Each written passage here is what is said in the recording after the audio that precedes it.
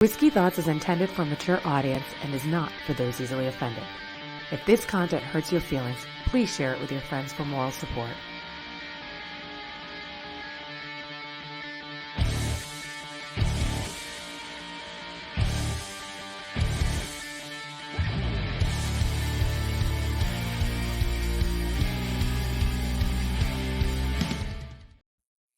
What's up, everybody? Welcome back to the new, season. We took a short break, did a couple things over the summer, just kind of took it down, but now we're turning the heat back up on the show. So welcome to Whiskey Thoughts. We got a pretty cool episode today. I got my buddy, Tim Lodgen. He's been a longtime friend of mine since 18. We served in the military, the Marine Corps together. But it's kind of funny because this is now the second time, 2 shows in a row, that I've got a guest on a drinking show that doesn't drink. So we're kind of breaking the mold. I'm still drinking, but my man's not going to drink, and there's a reason why. And the show today is it's cool. It's not about politics. It's about shit. And that's what this whole thing is about. It's got nothing to do with politics. A lot of people think that it is, but there are things that I like to talk about and find interesting that are outside of fucking politics. And really, that's what this is about. Like, when you check out the show, it's talking about things without a filter. And so if this is your first time checking out one of the podcasts, that's where it came from. I was sitting around one night and I was talking, drinking, and when I drink whiskey, the filter comes off, and even more so than normal. But the next day I kind of woke up and I had all these thoughts about what are this, and I was like, man, here's what I was thinking about last night while I was drinking whiskey, and it became a whiskey thought. And so I thought it would be cool to kind of create a podcast where people talk about the things that we all talk about, but do it like we're behind closed doors in private. And there is no filter. You talk how you want to talk, and this is a conversation. And so today's topic, before we jump in, I'm going to introduce what I'm drinking just because it's good shit.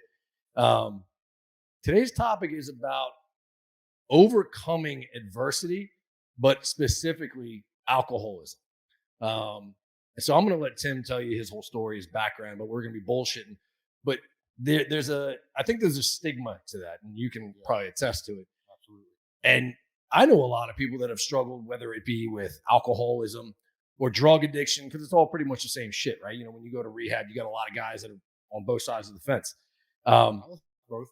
Yeah. So, but they're not bad people. I mean, I love this motherfucker. I always have. And so it's, there's a stigma that goes with it. And we'll talk about some of the things. Like, I personally don't believe that it's a disease and that it affects you like that. I just think, personally, again, people don't want to get out of it yet. And until you make that decision, it's kind of one of those things. But, you're not born with alcoholism. It's a choice kind of thing. And you end up, you go down that road. So anyway, but we'll get into that. So here we go. I'm going to pour myself a glass of Peerless here. So Peerless is really good shit. We were drinking this actually the last episode. And since nobody else is enjoying it with me today, I'm going to go ahead and pour a little bit of that. Yeah, I will definitely drink some of this for you. So your whiskey thoughts and my whiskey thoughts are completely different. I understand, man, but that's completely different. Do you remember yours? Half of them, none of them were good. I remember. See, I don't know. So anyway, here's what we do every show. Cheers, brother. Cheers. Okay. So here's my whiskey thought. I don't think that alcoholism is something that anyone can't overcome. I believe that, again, you have to have that will, and you have to have that moment where the individual decides, I want to overcome this, right? Because without that moment, and this is just what I personally believe. And the reason why I'm saying that is you and I had that fucking conversation multiple times, right? The conversation, everything, the right things were said. You were like, yes, I want to do this. But we'd get off the phone and I'd be like, that motherfucker doesn't want shit. Because you want it. You were in that world. Yeah. And until I remember the day I got the phone call. You were like, hey, man, I'm going. And like, it was amazing. And you were like, I decided I want to do this because that's what you wanted for your life. So anyway, look, man, tell kind of like your background story. Like I said, everybody, we served together in the Marine Corps, so we've known each other now almost 30 years. Well, I can't believe that, man.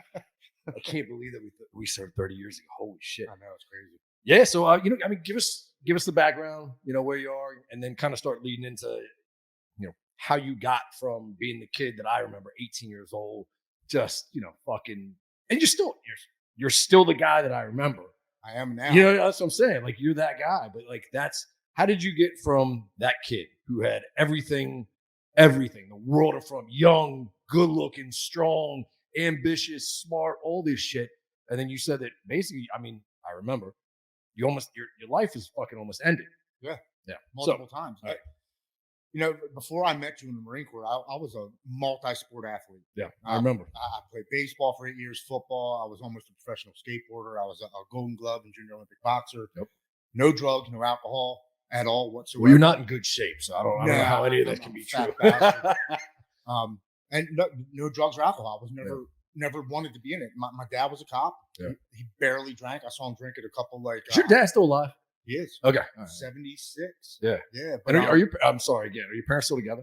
No, they divorced A long when time I was ago. in first grade. Okay. So I primarily grew up with my mom. Yeah. And She's a good woman. my mom was a bodybuilder growing up. Yeah. So there was no drugs and alcohol. I didn't grow up around that. It wasn't in my house. 9th grade, we had a welcome to high school freshman party. It was the first time I ever drank alcohol. Yeah.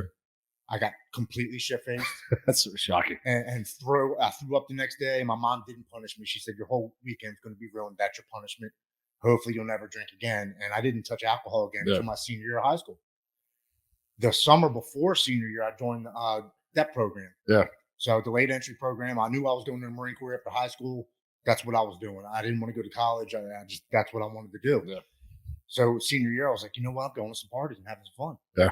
And it wasn't to be popular. It wasn't to fit in because I was a very popular guy in high school. Had a lot of friends, had a lot of girlfriends.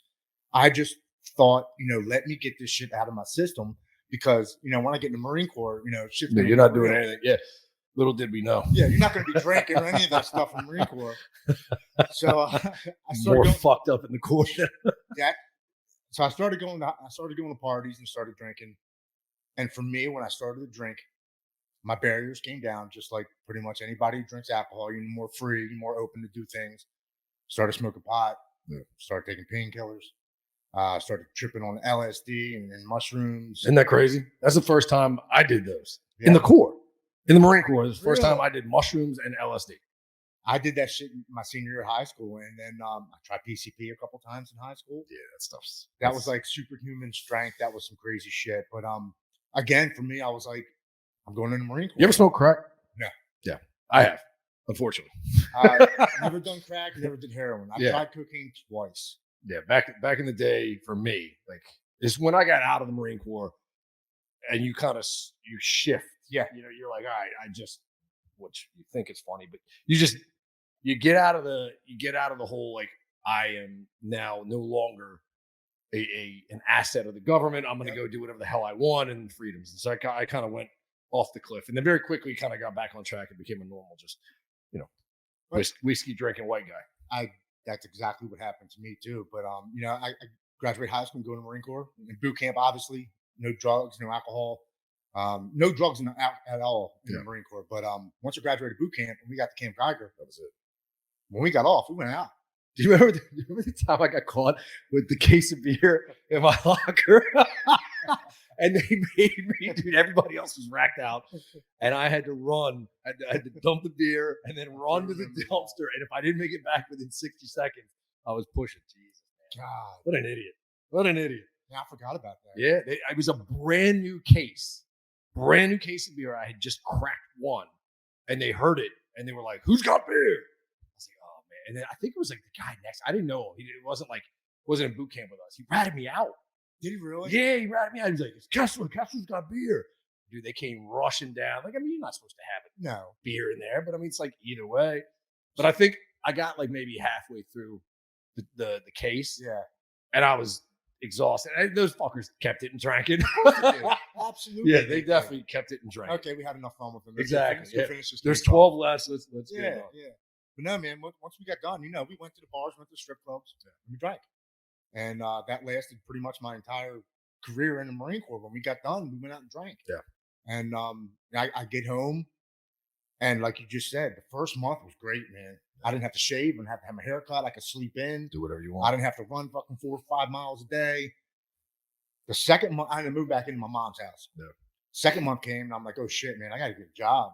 I don't have a vehicle. I got to help my mom out with some rent. I got to pay some bills. What'd you do right when you got out? When I first got out, the first couple months, I didn't do anything. But then I applied to. I was actually Pinkerton security guard. Okay.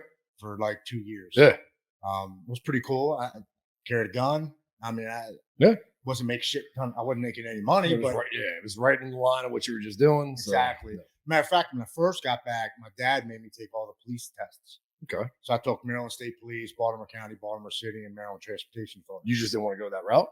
I passed every single one of them. No. And it came down to the last final test. And my mom just scheduled a skiing trip to Whistler and Blackcomb, Vancouver, blew it Canada. off. And it was the same weekend as the test. And my dad's like, what are you going to do? I was like, that's a once in a lifetime ski trip. You know what, he man? He didn't talk to me for like 2 years. It's all good. I mean, being a fucking Baltimore City cop, that's trash, man. You probably wouldn't even be here, man. I look back on it now, that happened for a reason. Yeah. Because my mentality back then, I was a hothead. Yeah. It wouldn't have been good. It wouldn't have been good. So I went skiing. Yeah. And I came back home and I stopped being a security guard and I started working for 84 Lumber. There you go.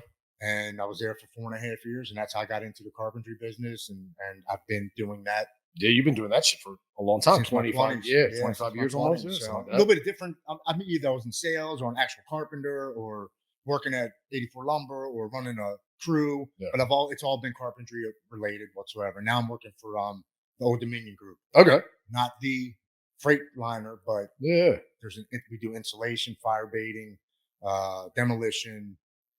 It's a really good company. There you go. So good, man. Yeah. How long you been with them? This is my 2.5 months now. Dude, good, man. I was going to work, and the owner of the company saw me going into 7-Eleven. I had my paint on me and all that stuff. He's like, what do you do? I was like, I'm a carpenter. He's like, you getting a lot of hours? And I'm like, not with the guy I'm working with. I was like, I got like 30 hours last week. He hands me his card. And he's like, man, because I mean, there's only a couple guys right now that are staying busy, which is crazy, right? It's crazy. You would think, but dude, this economy's killed that shit quick. Yeah. So he's like, I'm going on vacation. Call me next Monday. I'm like, okay. So I call him next Monday. He's like, come on in. Yeah. Went in for an interview. He's like, I got more work than you can handle. He goes, we got full benefits, vacation. Dude, that's great. He's like, scale pay. Good for you, man. Yeah. That's like what you've been looking for God knows how long. Yeah.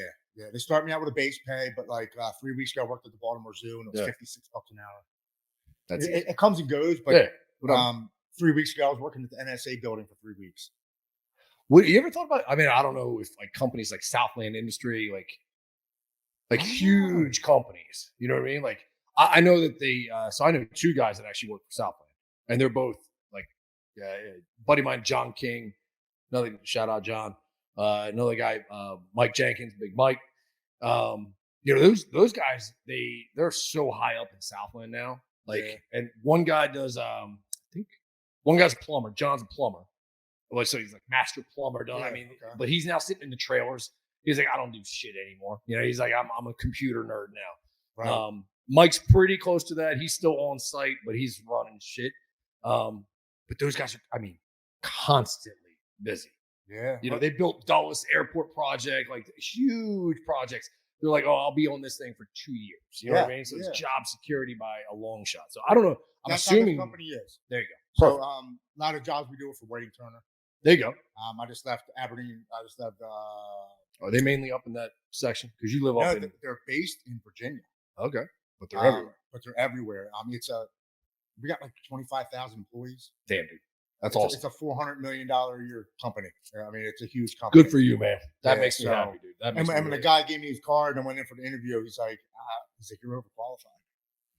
He's like, so here's what I'm going to do. He goes, I can't just bring you in as a manager or a supervisor. He said, because they're not going to respect you a little bit. He goes, I got to put you in the field for a little bit so you understand what we're doing. He said, but I have a plan for you within a year. That's fair enough. I said, no problem. I said, I totally get it. I said, I'm not going to listen to somebody who's going to come on my job and tell me how to do something that I've been doing for 20 years. Never. It's not going to happen. Yeah, never. I said, so you got to earn that respect. You got a plan. I'm taking it. If I have to have experience, I get it. And you're not afraid to swing a fucking hammer. Well, good thing is I'm not anymore. Not at all. I don't pick up a hammer. I don't pick up a drill. I don't do anything. I'm insulating our pipelines, fire and sprinklers. And so you're not breaking yourself anymore either. Dude, it's the easiest work I've had done in 20 some years. There you go, man. I'm up and down a ladder, and I do drive a lift, but it's all stationary work. I put my headphones on. It's Nobody messes with me. Easy stuff, man. Before I know it, it's 8 hours going by, and I get home. There you go. And the phone doesn't ring all day long. Customers, hey, did you do this? Did you do that? Yeah, that's. I got a leak. Can you come back at 8 o'clock at night? And none of that shit anymore. It's done. But yeah. So get back to the So second month came, and I was like, oh shit, I got to get a job. I got to help my mom. The third month came in, and I fell into a depression. Yeah. That early on? Yeah. Dude, you were fucked up for that long? Yeah. Damn, dude. Why didn't you? I mean, seriously, why didn't you you and I lost connection for a long time. As soon as we got out, like that was pretty much it. I lost contact with pretty much everybody. Yeah. I didn't talk to Joe. I didn't talk to any. Shout out to Joe. I didn't talk to anybody for a long time after I got out. Yeah, remember too. It was the 90s. We didn't have cell phones like now. Nothing. And now all of our phone numbers were written down on a piece of paper. And I lost the book. Yeah. With everybody's contact. Yeah. And I'm like, what are you gonna do? Right? I mean, you don't have no idea how to look people up. And we were back then. We didn't have addresses. Like nobody knew where the hell we were. Yeah, it was impossible. I knew you lived in Maryland. Somewhere in Maryland. Somewhere in Maryland. Because I've been there a couple of times at your mom's house. Yeah. That's all I knew. And I remember Summers lived in Maryland. Yeah. That's because we met at the airport going on to the plane. But that third month came in. Shout out to Robert Summers. Yeah, shout out to Summers. Dude, he checks up on me once a month, man. He's a great dude. He's good, man. He's a really good guy. The third month came in, I stopped showering, I stopped shaving, I didn't leave my room. I was drinking every day. Well, why? What was going through your head? Like, were you just like, did you feel like you? I felt like I lost my identity. I wasn't in the Marine Corps anymore. Damn. I that's what I thought I should be doing. Like that was my purpose. I was a fucking Marine. Yeah. You know what I mean? I was 0311 in Marine. I was a hard charger. That's what I was supposed to be doing. And you weren't doing that. And now I'm living at my mom's house. I got no car, no job. I can barely give her any money for groceries, and you don't have any purpose. I felt like a piece of shit. I understand. And I understand. I started smoking pot again because no drug test. And I literally found myself in my bedroom one day, and I went into my stepfather's armoire and I grabbed his gun. Yeah. And I sat it on my lap, and I'm sitting there looking at it. And I actually had a girlfriend. I called her. I said, "Hey, I don't feel right. Something's not good." And I got a gun on my lap. Yeah. And for 5 minutes. All right, I'm about to ask you a fucked up question, right? Because this is the question I think everybody always says, right? So you hear somebody that goes, "Hey, I think I'm going to kill myself," right? 9 times out of 10, what is that, right?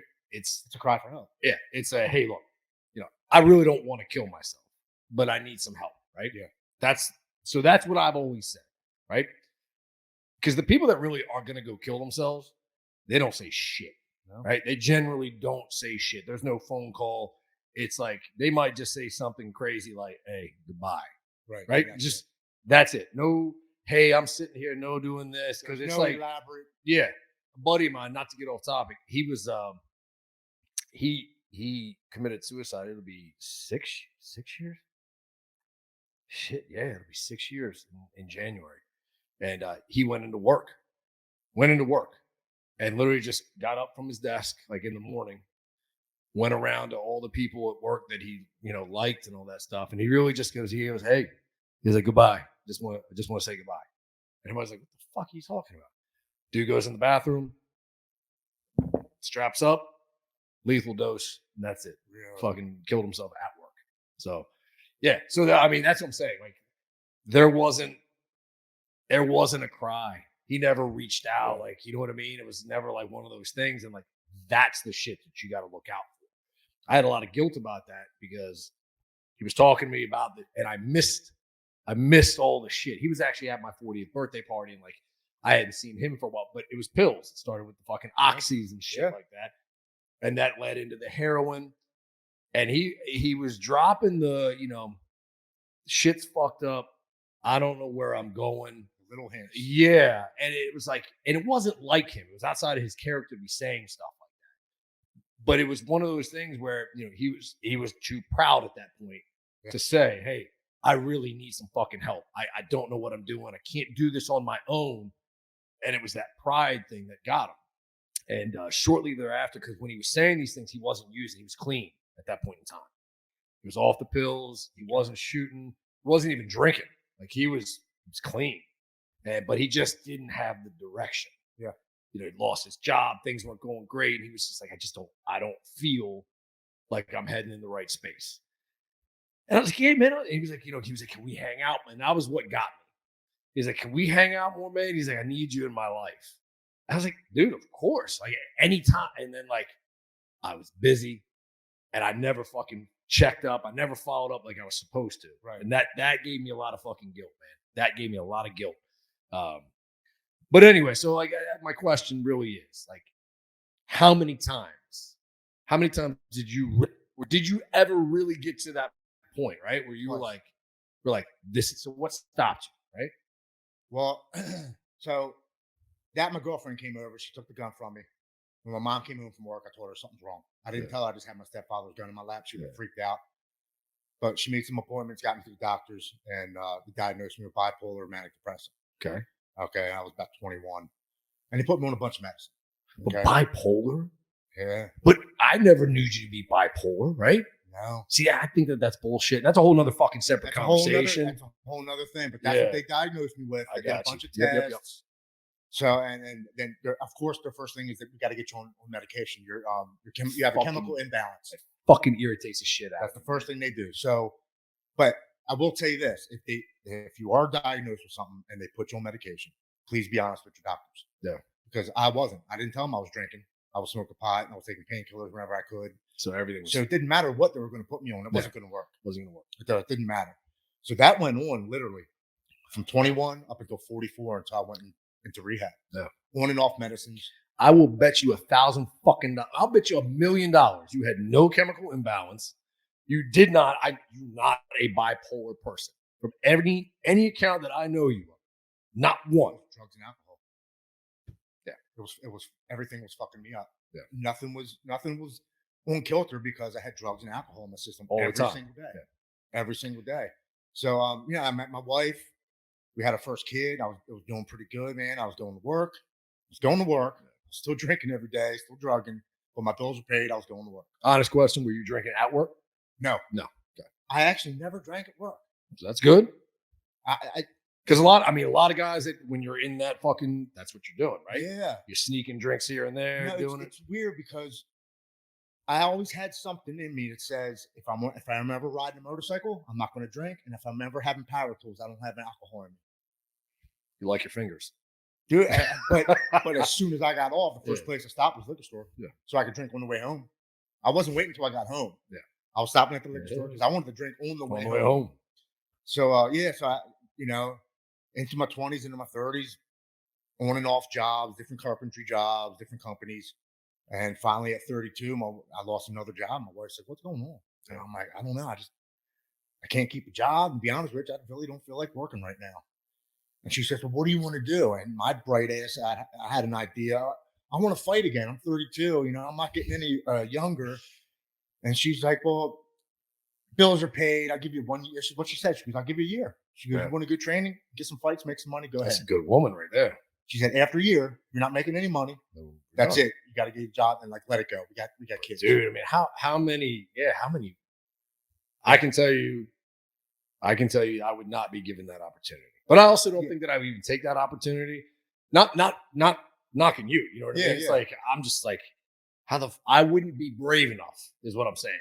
To be like, you know what? I want to go do this, and I'm going to drop it. I'm just not that brave. Like I need to have my shit compartmentalized and all that stuff. Well, see, I think I've been always searching for my purpose. Yeah. Like, what am I actually supposed to be doing? So I've always taken chances. Like, I'm just going to go try it and do it.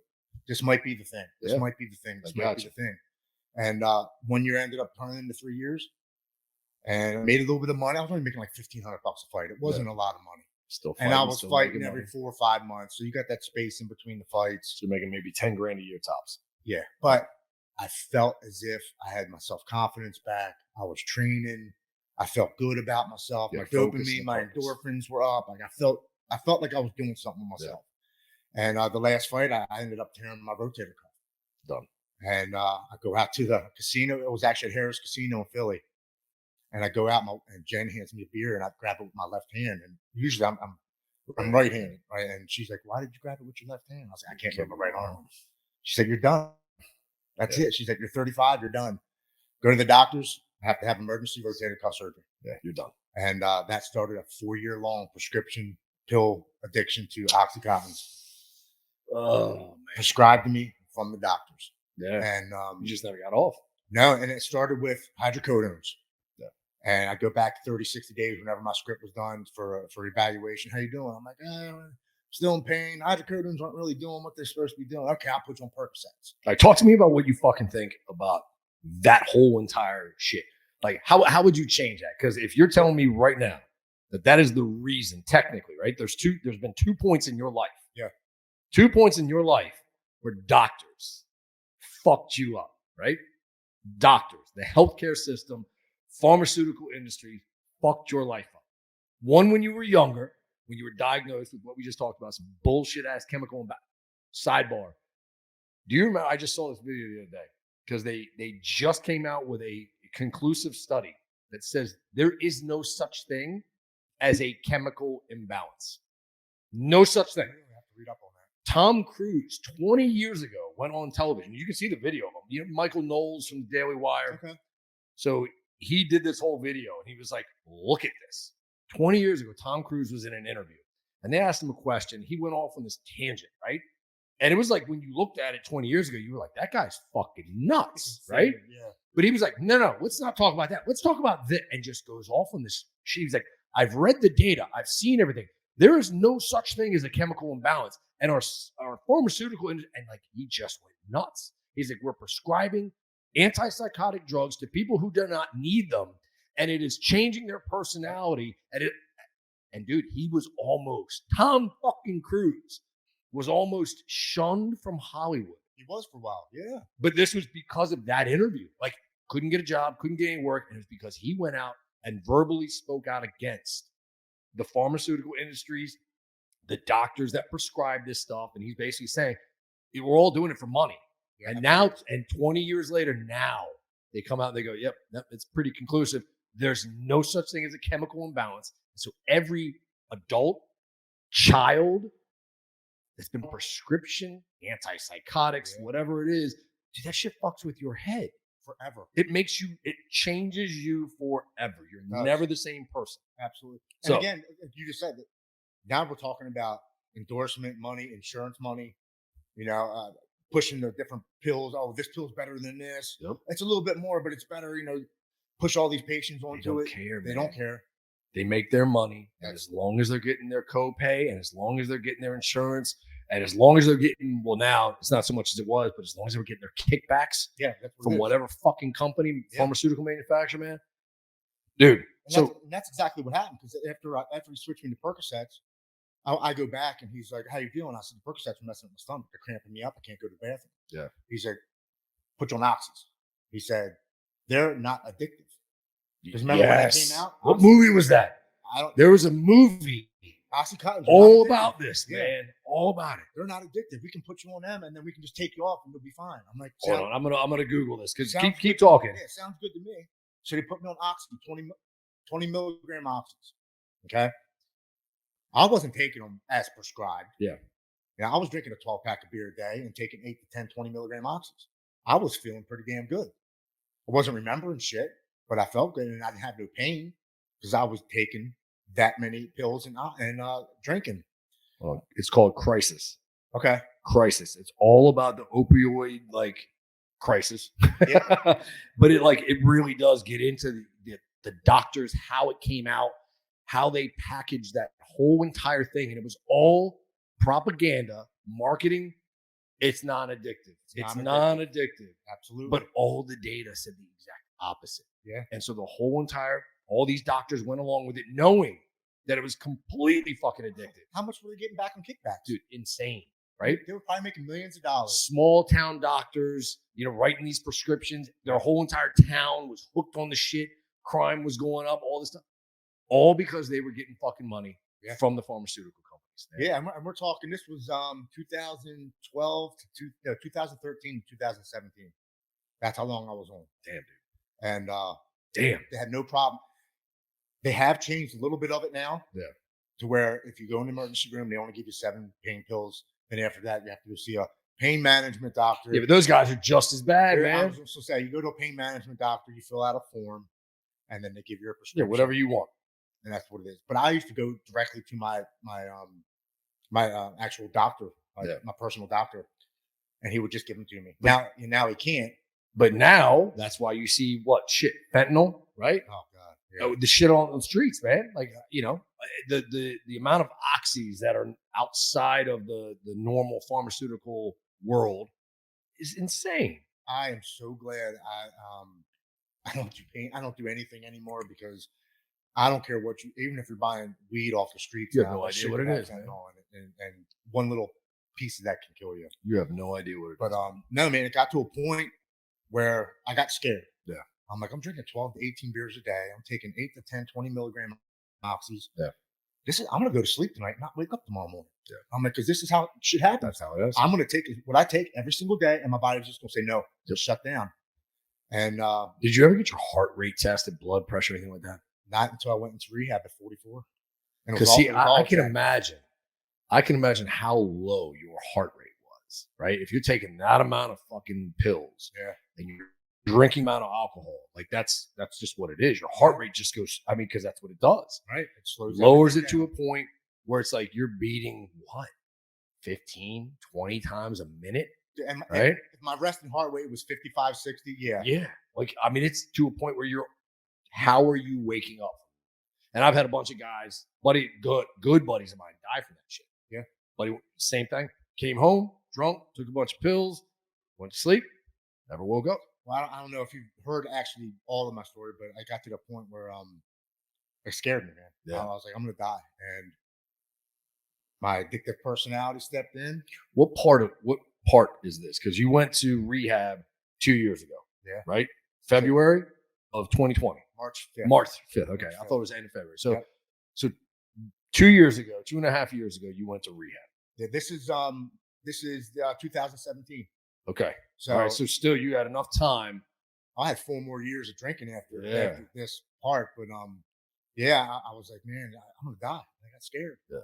And my fucked up brain stepped in and was like, well, if you're going to die, do it yourself. And I reached over and I grabbed my pill bottle and I poured it out in my hand. I had 18 Oxycontins and I took all 18 of them. How many kids did you have at this time? 2 girls. So you had 2 little girls. How old were they? At that time, 2017. 6 years ago? 6 years ago. So, 8 and 2. Yeah. 8 and 2. Yeah. Yeah. So tell me about that, because I mean, here's the thing, right? I don't understand that. I don't understand being able to say, how do you rationalize that, right? And this is the shit I told you. I'm gonna fuck you ass. Okay. I'm gonna ask you a fucked up question, right? But that's what I want to hear, because this is what people want to know, right? Because these are my questions. How the fuck could you sit there and not be like, you know what? Oh, I got 2 kids. And as fucked up as I think I am, how am I not able to pull myself out and go do it for them, right? Because I need to get inside your head, because that's okay. So I'm not saying that it's not legit. I need to understand this because I don't. You know what I mean? Absolutely. And that's what's scary about suicidal thoughts and depression and alcoholism or drug addiction, because it takes you to a place that is so dark and so scary. It manipulates your thought process. Yeah. It tells you your kids are better off without you. It tells you your wife is better off with another man. It tells you that your parents deserve a son who's better. You are basically a worthless loser. Yes. It tells you life would be better off without you in it. Got it. And you listen to it.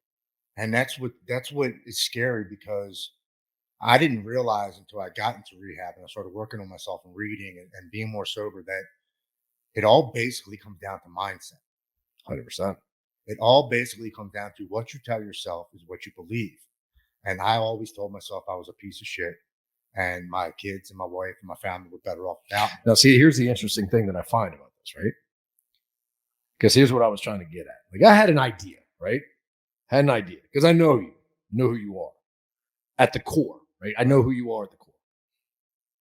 And it still proves that you were still being you, right? Because it wasn't about like, I'm a piece of shit, I need to get out of here, I can't handle this.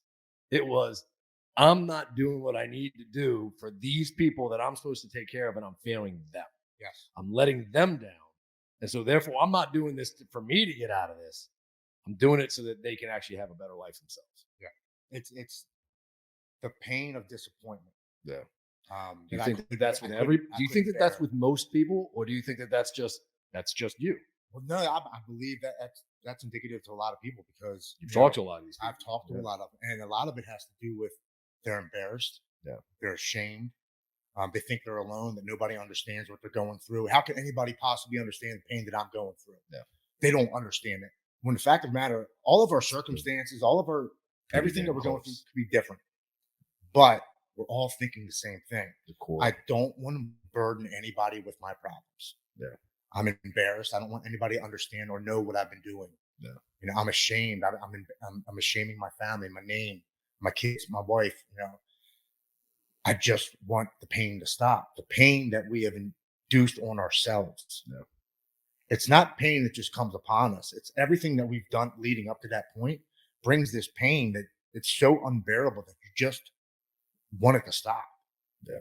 And the first thing that pops in your head, and it's the easiest, I'll just take myself out. Yeah. And I don't have to worry about anything ever again.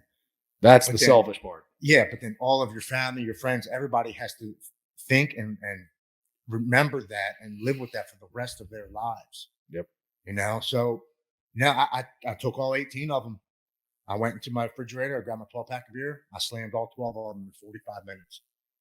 I go into the bedroom, call my wife. It's better than a gun. You gotta be honest. with Yeah, you. I call my wife. I said, I'm going to sleep. She said, okay, I'll see you later. I said, okay. And I hung up. I laid and I prayed to God. I said, please don't let me wake up because I don't want to live this way anymore. And I passed out. Yeah. I woke up the next morning in a fucking complete fog. Like, holy shit, I'm alive. What the hell happened? I go into the bathroom. You woke up at 5 a.m. too, right? Yeah. Bright and early. I just remember waking up and being like, holy shit, I'm alive. Your alarm went off. Yeah. Yeah. It was Fresh. Dude, it was like 16 or 18 hours. Yeah, I later. can It was imagine. something crazy. I can And, imagine. I go into the bathroom. and my Was your wife trying? I don't want to say her name because she didn't get permission. But was your wife trying to wake you up? Like, So she came home. I remember her coming in the bedroom and her saying, "Are you okay?" And I didn't respond. And then she said, "Tim, if you don't respond, I'm calling an ambulance." And I remember saying, and back out because I didn't want her to call an ambulance. Yeah. And then I slept. And it was on the weekend. So the next day she just let me sleep in. She figured. And she didn't know what I did until like a couple of years later. I never told her. Yeah. But I went into the bathroom and had my refill there. And I opened it up and I dumped all of it down the toilet. And I remember looking in the mirror and telling myself, I don't care how bad this gets. I'm never doing that again. I made it. I made a choice. I made a decision. And for the next 10 days, dude, I was the sickest I think I've ever been in my entire life. withdrawal. After 4 years of Yeah. taking all that stuff, I was throwing up, insomnia, nausea, sweats, going to the bathroom, night terrors, couldn't sleep. It was awful. And at the end of those 10 days, I was like, man, I want to go for a ride, just clear my head. Because I still felt worthless. I still felt like I wasn't worthy of anything. So, I jump in my truck and I'm driving through Loch Raven Reservoir. I don't know if you know where that is, down Loch Raven, and I'm banging on the steering wheel, and I'm yelling up at God. I'm like, why am I here? Yeah, why am I here? What would you save me for? Like, what's my purpose? There's got to be something because there's a reason I'm here. You hadn't finished the journey yet, though. But I still don't know why. I don't know why. So I get around to this tree where my senior year of high school. It's funny how he works, man. It's funny how he works. Yeah, and I get around to this tree. My senior year of high school, my best friend lost control of his vehicle and hit the tree and died at the age of 18. And his parents put his picture on the tree, and there's a little memorial, and you can sit there and talk to him. Yeah. Still to this day, it's still there. Yeah. This is March 16, 2017, and I'll never forget it. And I pull up to his tree, and I get out of my truck. I'm like, Bill, man, I need help, man. I don't know why I'm here. I don't know why I survived. Yeah. I'm lost. I didn't really think I believed in a higher power or God or anything at that point. Really? Yeah. My thought process. You throw it all in the trash. If somebody created me and loved me that much, then why are you putting me through so much pain? That's what my mentality was at that point. Yeah. And I said, I need a sign that I'm not alone. That there's something else out there besides me, because I don't understand why I'm here. I don't know what's going on. And honestly, at this moment, I don't believe in it. And I get in my truck and I go to leave. And I'm crying, man. I'm like all screwed up. Yeah. And I pulled over on the side of the road, but on the right-hand side, it was full traffic. So I pulled over on the opposite side of oncoming traffic. And I'm sitting there for like 10 minutes, just wiping my eyes, clearing the snot out of my nose. And this car pulls up in front of me. And I'm watching, man. He opens the door, opens the back seat, and gets his dog out. He's about to go walk over by the water. And I'm looking at him like, man, that guy looks familiar. And all of a sudden it dawns on me. It was my best friend who died December 26th, 1996. It was his father. Damn. This is March 16th, 2017, 21 years later. I haven't seen him. The dad of the guy that you just went and sat in the tree. I haven't seen him since the day of his funeral, 21 years earlier. Damn. So I get out and I'm like, Mr. Bill. And he looks at me. He's like, Timmy, is that you? I'm like, yeah. He goes, what's wrong? And I fall to the curb and I'm crying. I'm like, I'm an alcoholic. I'm an addict. I don't understand why I'm here. He walks over to me and puts his hand on my shoulder. And he says, Tim, I'm not supposed to be here this morning. I'm supposed to be in Myrtle Beach at a family reunion trip.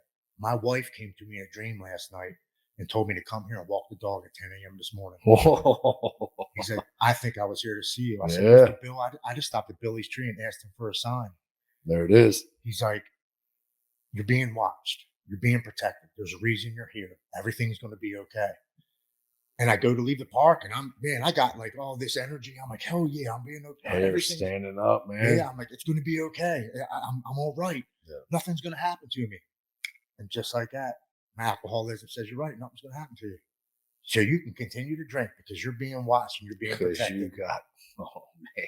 So for the next 4 years, it's the most alcohol I've ever drank in my life. From 2017 to March 5th, 2021. The 12, 18 beers wasn't doing enough. I had to switch to the IPAs, then the lagers, then the fancy 11% beers, the raging bitches and all that stuff.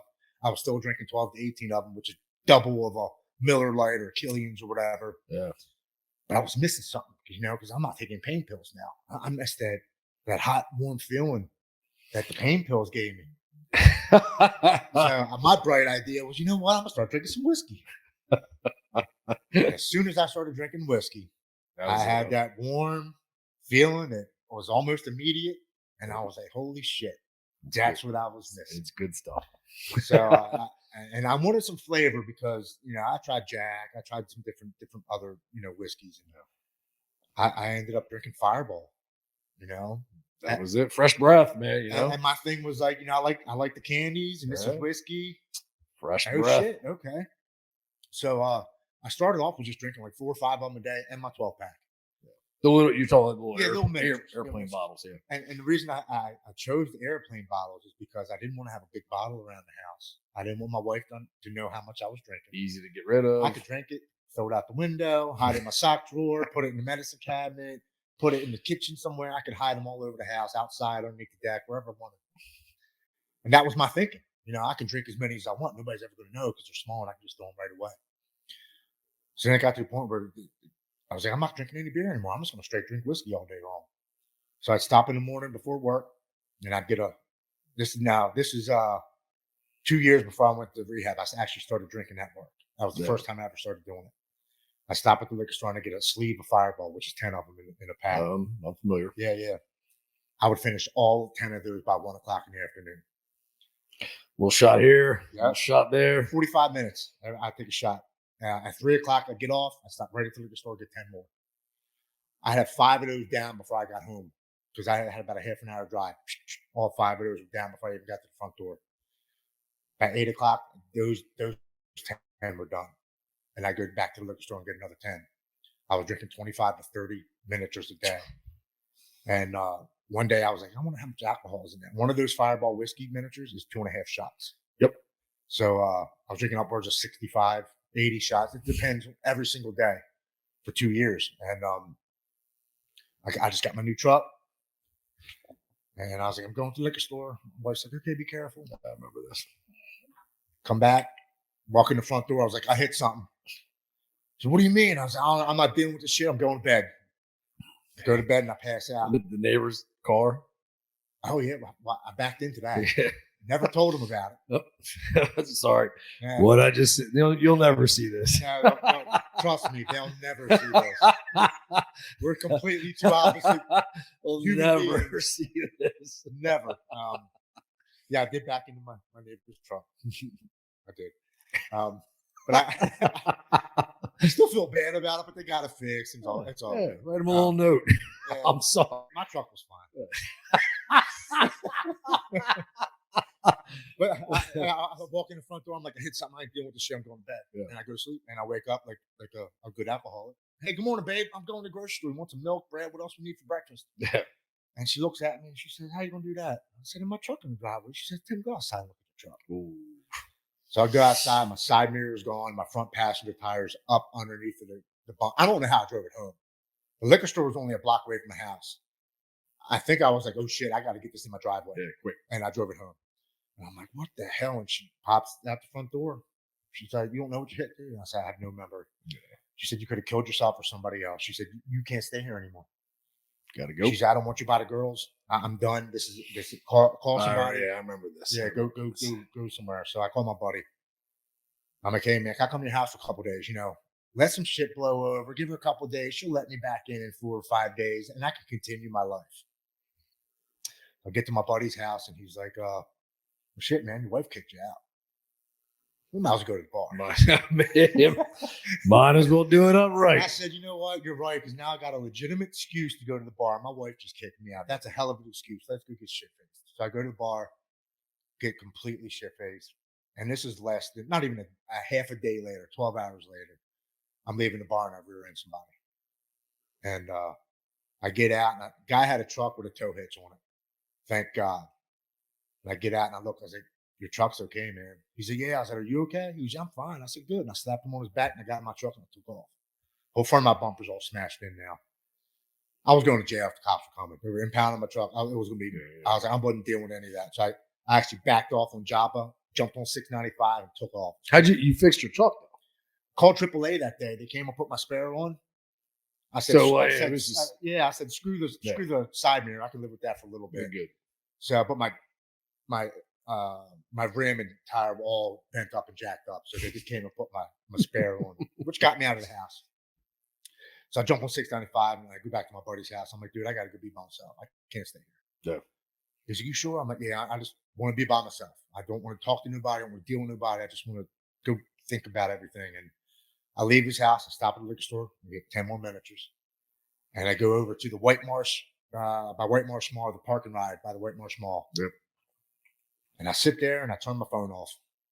I'm like, I don't want to deal with nobody. I don't want to talk to nobody. Yep. I'm done. I just want to sit here and get drunk and pass out and just really feel like a piece of shit. I want to go through all the years of everybody that I've let down, all the jobs I've lost, all the people I've pissed off, all the people I've inappropriately texted at crazy nighttime hours and the stupid shit that I've sent. I sent you a bunch of stupid shit sometimes. Just think about everything that I've done. This is the night that your wife called me and she's like, I can't get in touch with them. Bad shit happened. Blah, yeah. Blah, blah. Then I couldn't get in touch with you. Yeah. My phone was off. I wasn't talking to nobody. I didn't want to talk to nobody. Yeah. No, and I sat there for 2 days. Sat there for 48 hours. And this was the end of February. It was fucking cold, man. My truck was fucking cold. And I turned it on 7 after 10 in the morning, March 5th. And 2 minutes later, the phone rings. And I look down and it says Westchester, Pennsylvania. I'm like, first thing I thought, oh, it's a fucking scam. I get them all day long. I pick it up. It's my childhood friend, Brandon Novak. Yeah. And he's like, Lodgen, what the fuck are you doing? I'm like, I'm cold, I'm drunk, I'm hungry, and I'm tired. Just go back. Brandon is now also in recovery. Brandon is a former member of the Jackass crew. Yeah. And from Viva La Bam. He's a 3-time best-selling author, New York bestseller. Now he's coming up on 7.5 years clean. Yeah. So at this point, he had 5 years clean. Yeah. And he'd been working with Banyan Treatment Centers in West Palm Beach, Florida. He had opened up a recovery home. So he's like balls deep in addiction recovery, mental illness. Just want to give them, whoever's watching, like who that is. Yeah, absolutely. And he's not just an old buddy. No, he's a childhood friend, but he's actually somebody who came to my house 2 years prior and tried to get me to go. And I'm sitting there talking to him, drinking a beer. I'm like, I ain't going. Dude, I'm good. I have no idea what you're talking about. Thank you very much. Yeah, I'm only drinking 12 packs of beer. Yeah. I'm good. You can leave now, sir. And he's like, good, motherfucker. That's what you need. He's like, I just got off the phone with your wife. He goes, I got a plane ticket ready for you. And I got you in the Banyan Treatment Center down West Palm Beach, Florida. Plane leaves at 8 o'clock tonight. What do you want to do? Yep. He's like, get on it. At that point, I'm just like, okay, man, yeah, I'm going to get on. I just wanted to hang up the phone. Okay, whatever. Yeah, hang up. 10 minutes later, my wife calls me. She's like, hey, I just got the phone with Brandon. She's like, come home, pack your bags, take a shower, try to eat something, try to take a nap. Because I had like 4 hours of the plane left. And I'm like, okay, I'll come home. Go home, take a shower and pack. I couldn't eat and I couldn't sleep. I'm having a full-on fucking anxiety attack. Holy shit, I got to go to fucking rehab in Florida. For how long? 30, 60, 90 days, 6 months? Yeah, don't know. You know, how did I get my life to this point where I got to go to rehab now? You know, how did I let my life get fucked up this bad to where I'm going to rehab? Why couldn't I have stopped it earlier? Why couldn't I have done this, that, and the other? Woulda, coulda, shoulda. And now my mind's thinking and it's racing. And I'm thinking about all the shit that I've done over the years and why I couldn't stop it, how I couldn't stop it. Why haven't I reached out for help? You know, why didn't I take care of this sooner to where it didn't get to this point? And it got to the point, man, I'm sitting on my bed and I'm like, I can't fucking do this. I can't. Even then. Yeah. It was right in front of you. You almost tried to talk yourself out. I can't do it, man. I can't do it. And I don't know if you noticed, but you know. You're good. My addiction steps in. Yep. And grabs my hand and says, walk with me. And I'll go to the basement of my home and I throw a rope around my neck. Go that way. And I stand up on a bucket. And about a minute goes by and my wife, she's like, I'm not in the bedroom. Yeah. She comes down to the basement of her home. Sees me in the corner of the basement. Yeah. Hysterically crying with a rope around my neck, standing on a fucking bucket. She says, what are you doing? I was like, I can't do it. I just want the pain to stop. She says, Tim, do you know what this will do to your girls? Please get down and get on that plane. Get on that plane and everything is going to be okay. About 30 seconds go by and I take the rope off my neck and I fall to the floor and I start crying. Something happened. I go upstairs and I call Brandon. I'm like, hey man, I'm going. Let's go. I was like, if I don't go today, I said, I'm going to die. I said, this is coming for me. I said, and I can't do this. Yeah. And all he says is, I'm proud of you. I love you. Call me when you pass security because I want to make sure your ass is getting on the plane and not leaving on a cab. So I'm like, okay. So my mom picks me up, drives me to the airport, get past security, and I call him and say, hey, I got 35 minutes to the plane leaves.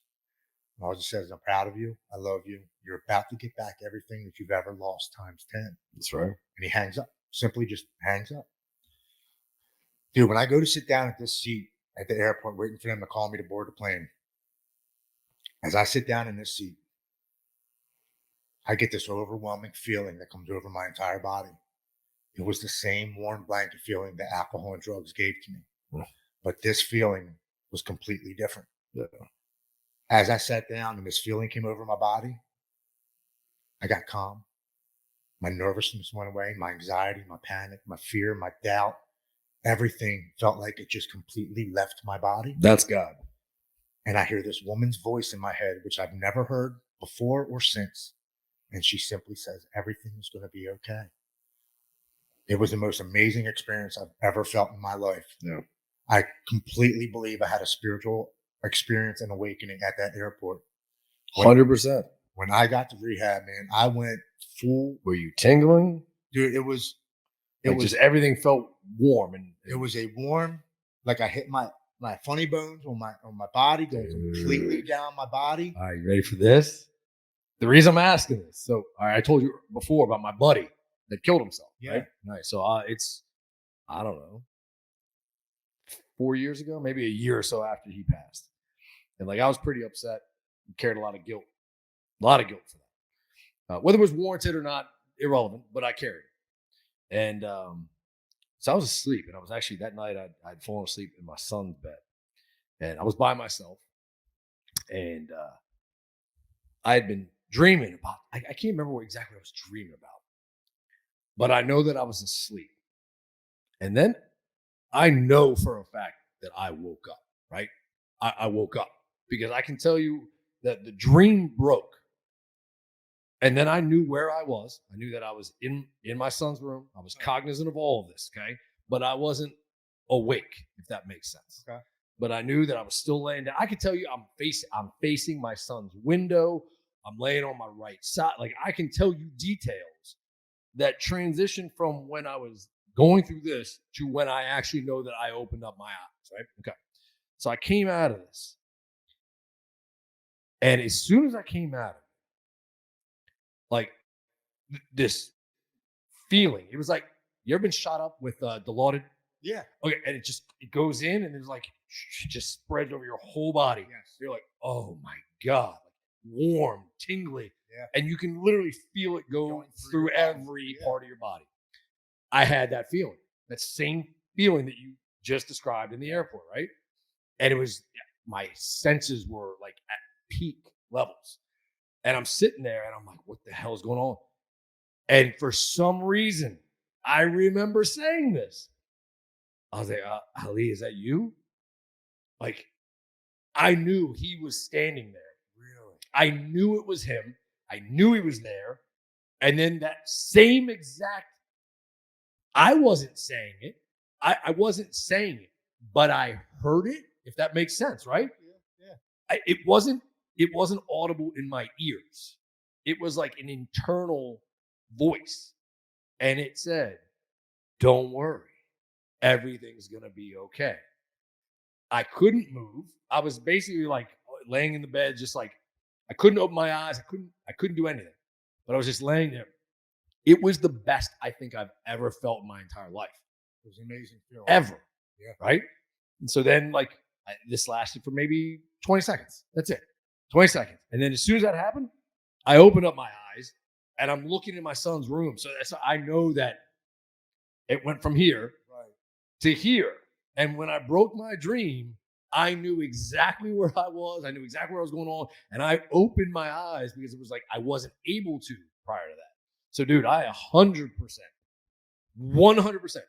whether it was God himself or someone else that has a strong connection to you, that was looking over, and basically said, hey, look, you're going to be good. Yeah. This is where you need to go. That's it, to have that kind of, whatever the reason, right? Absolutely. But to have that kind of pat on the ass, dude, that changes everything. It has changed my life. Changes everything. Completely changed my life. My perspective on everything is completely different. From that moment right there? That moment right there. And I go to rehab and I'm like, let's fucking do it. So I recently got this. It's Latin. Yeah. From the kingdom of heaven, God wills it. This is Latin. This is what they used to say during the Crusades, right? Okay. So it's like, it's something that's been close to me for 6-7 years, right? And I would say it internally, and because that's all I believe. Yeah. God's will, man. God's will. Why am I here? What the hell's going on? And you're not going to ever understand it. And it's going to be a fucked up path sometimes, right? And nothing's going to make sense. And it's going to be like, dude, how is this? How is this God all powerful, all loving, all knowing, right? But that's his plan. Yeah. And you can't question it, because the more you question it, the crazier you'll go, right? My life right now is so much more at peace. I know why I'm here now. Yeah. I know exactly why I'm here. I know my exact purpose. And you're sitting here doing it. I get to rehab. I didn't miss any meetings. I went to extra meetings for military veterans and first responders. It's unlike you. It's unlike you. I shared. I volunteered. I started working out with a personal trainer 3 days a week. Now here's what's fucked up. We just told that whole story. I'm about to pull myself.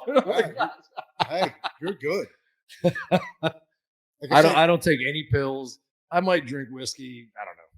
Your whiskey thoughts and my whiskey thoughts are completely different.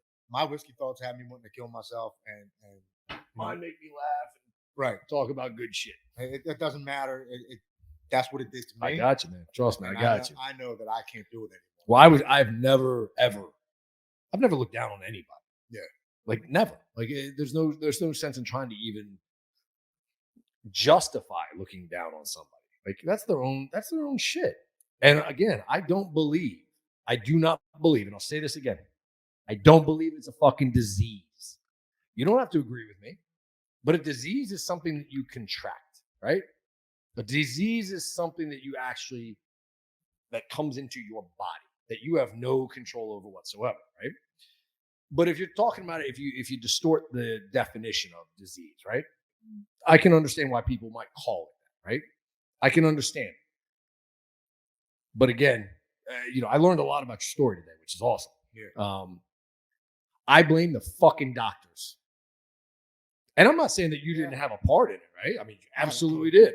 Yeah, a huge part of it. Because every time you open up a fucking bottle of, Fireball or beer, like that was you, right? Absolutely. That was you. But the precipice for me are those doctors, right? Yeah. And again, I'm not saying that you don't have culpability in this shit, because you absolutely do. But that was your choice, right? Because if you think back, again, honest question, how many fucking times have you kicked yourself in the ass and been like, dude, if I just gone this way, if I just done this, most of my life has been like that. And you know what? And I think that actually drives people more to addiction, because they don't want to deal with how much shit they haven't done. They fucked up. How much they fucked up. Man, I'm not, you know what? I could have done this, that, and the other. And I just don't want to deal with it. So I'm just going to drown it. I'm going to fucking put that pain away.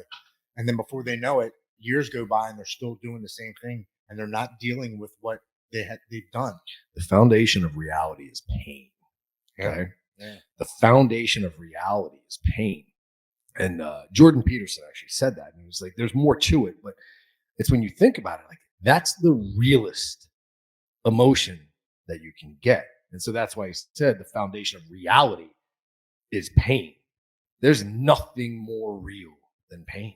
Yeah, and that's what they say in sobriety. The worst thing about sobriety is you get your feelings back. The best thing about sobriety is you get your feelings back. Because we're used to not dealing with anything. No emotion, no nothing. I have nothing. Fuck it, I'm going to drink. I'll deal with it tomorrow. And then tomorrow you drink. And then tomorrow you drink. And you never deal with it. Kick the can. I'm so much more at peace now. And I'm so much more balanced that when something happens, I deal with it head on. Have to. And I move on to the next thing. I don't let 5 or 6 things pile up.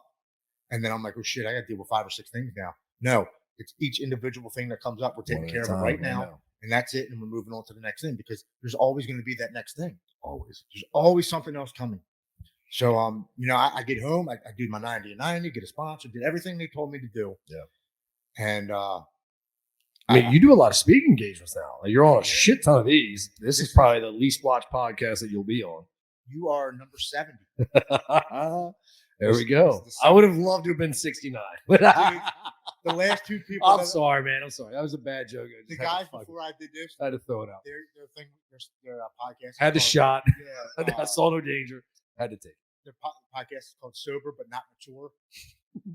And I said, you're number 68. And they were like, God damn it. Are you serious? I started laughing. Yep. Who was number 69? This guy from Australia. Huh.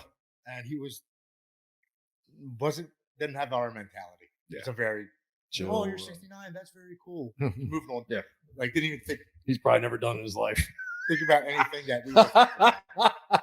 But so I get home and I started following all these podcasts. Dude, the shit that just almost came out of my mouth was so fucked up that now I have to say it.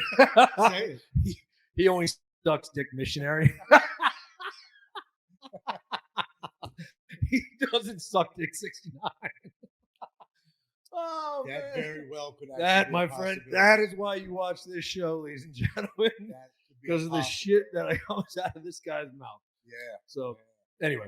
No, so I started listening to podcasts. Gay people are alcoholics too. Everybody's good. Everybody's good. Everybody's alcoholic.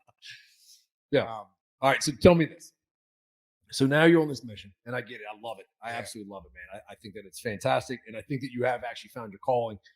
Yeah. And because you this is why I wanted you to come on, because a lot of these people that I've talked to, man, it's like their story's fucking hokey, and it's like, and you probably heard them. You probably met a lot of these guys, and you're like, when you talk to them, like, their story's good, but it's not relatable. Right. You know what I mean? It's just not relatable, or they hold back. And they're like, I'll give you the story, but it's not the real story. You gotta be authentic. You gotta, man. You have to tell, because you never know who's listening.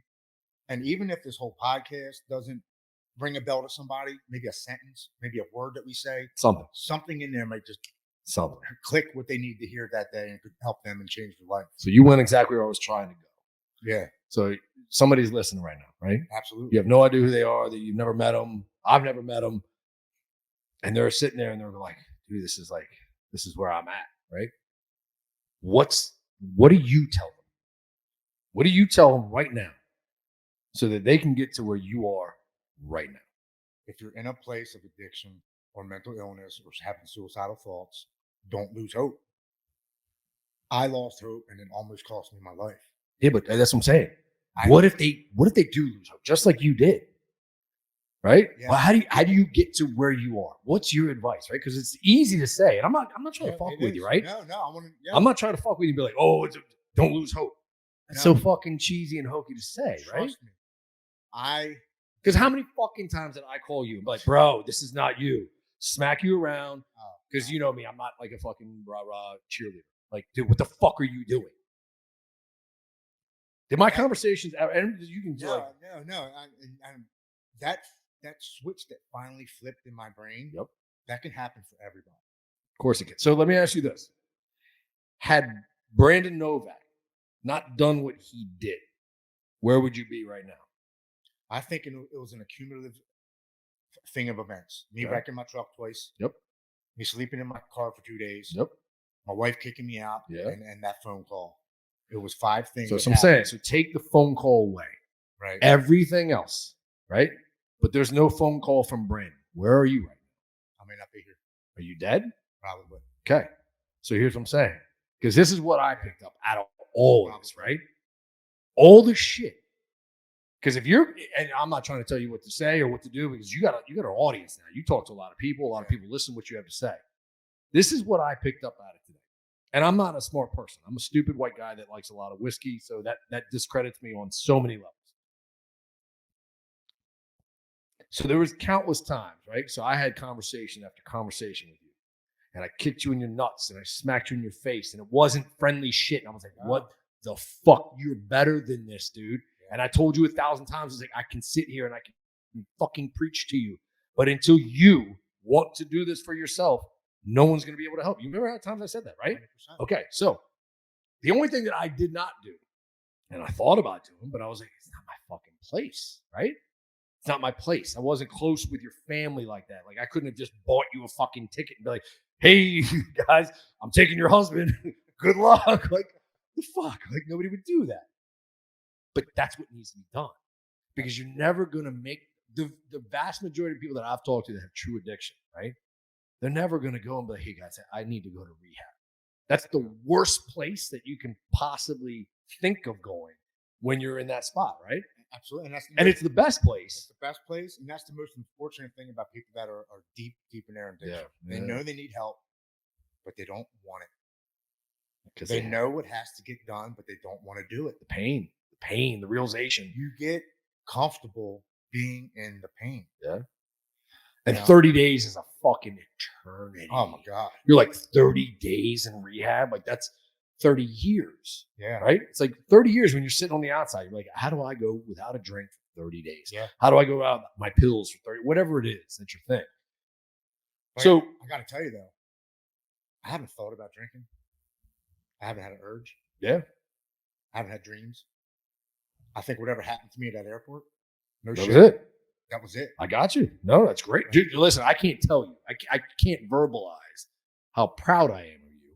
I've told you. Yeah. But it doesn't really, the words don't do the job. So I guess what I'm saying is this. Do you think, like, so you run across, let's just say, let's flip the roles. It's me, right? I'm in a fucking shit show hell. I'm the worst place. And you know now what you know.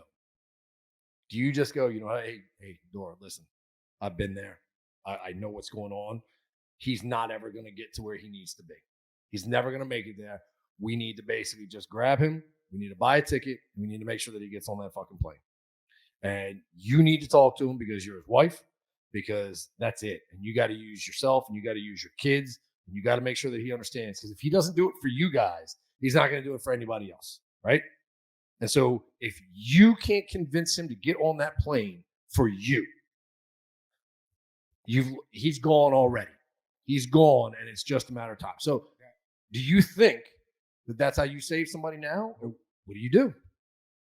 You can't get sober for anybody. You can't get sober for your family, your kids, your parents, your friends. You got to want it yourself. You have to do it for yourself. Which is why I go back to, this is not a disease. You have to do it for yourself. If you can't start loving yourself and putting work into yourself, how can you love anybody else? 100%. So cheers to that, brother. Yeah, you do have to want this for yourself. They could have drove me to the freaking rehab. They could have packed my put you in a chloroform white van. And I would have left after 3 days because I didn't want it. Yeah. I didn't want it. The pain got so bad that those stupid cliches where I got sick and tired of being sick and tired. Yeah, I got fucking sick and tired of being sick and tired. I was done. I understand. I had enough. And if I would have kept going, I would have died. And I didn't want that anymore. I didn't want that life anymore. Proud of you, brother. I wanted something new, and when I came home and I did all my 90, did all that crap, started watching podcasts. I'm like, you know what? I'm going to share my story once. I just want to do it. It's kind of cool. So I do a podcast. 2 weeks later, it airs. 4 days after it airs, I get a phone call. Yeah. And I'm sitting in my truck picking up a table to actually drop it off at Brandon Novak's rehab house in Delaware. And the phone rings. And he's like, hey, is it Tim? I'm like, yeah, who's this? He's like, it's Tony. I'm like, sorry, brother. I don't know Tony, man. He's like, this is Prophet.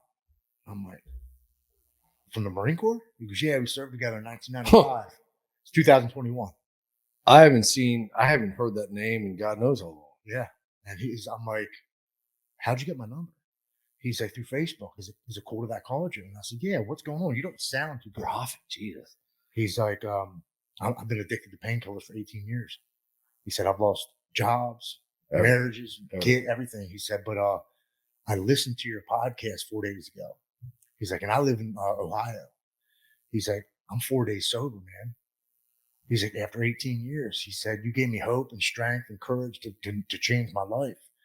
I had to call you and tell you. I didn't want to text you. I didn't want to Facebook message you. Yeah, I had to call and tell you. Yeah. We talked for like 10, 15 minutes and I hung up and I was tearing up. I was like, holy shit. If I can reach somebody in Ohio from Maryland, and what's a coincidence? I stopped believing in coincidences too, because things happen for a reason. What's the chances God will that this man who I knew from 1995 in the Marine Corps, it reached him in a time of his need, that my words helped him? He's got 9.5 months sober now. That's awesome. How many more people could I reach? Brother, so I understand this. Not at the level that you probably are now understanding it, because you surpassed me. But I mean, I used to do a lot of work with veteran suicide. Yeah. And for some reason, I'm not certified in that shit. But I would get all the phone calls. And I don't know why, right, but you do it because of that one person. Doesn't matter, right? That one person.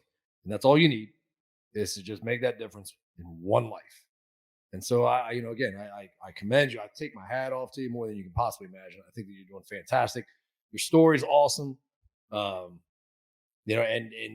Just whatever it is that you're doing, just keep doing it.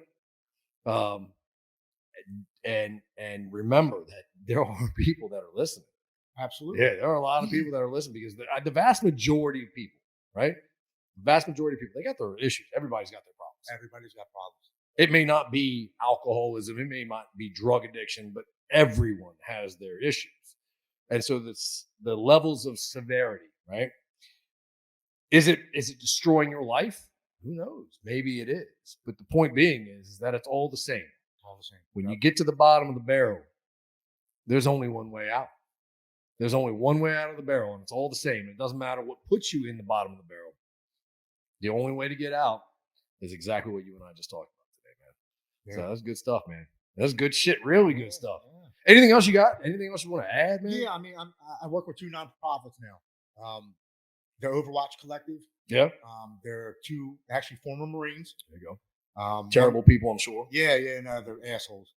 No, but they're great guys. Jesse and Greg out of California, and they started a nonprofit to help veterans and first responders specifically deal with trauma of the workplace, suicide prevention, and their spouses, because when you're first responders and veterans, your spouses go through some shit too. It's terrible. Absolutely. So I just got back from California 3 weeks ago. Yeah. I went and spoke at their second annual fundraiser. Saw that. It was good. Did you like that video? Yeah, man, that was good. Man. And That one was good.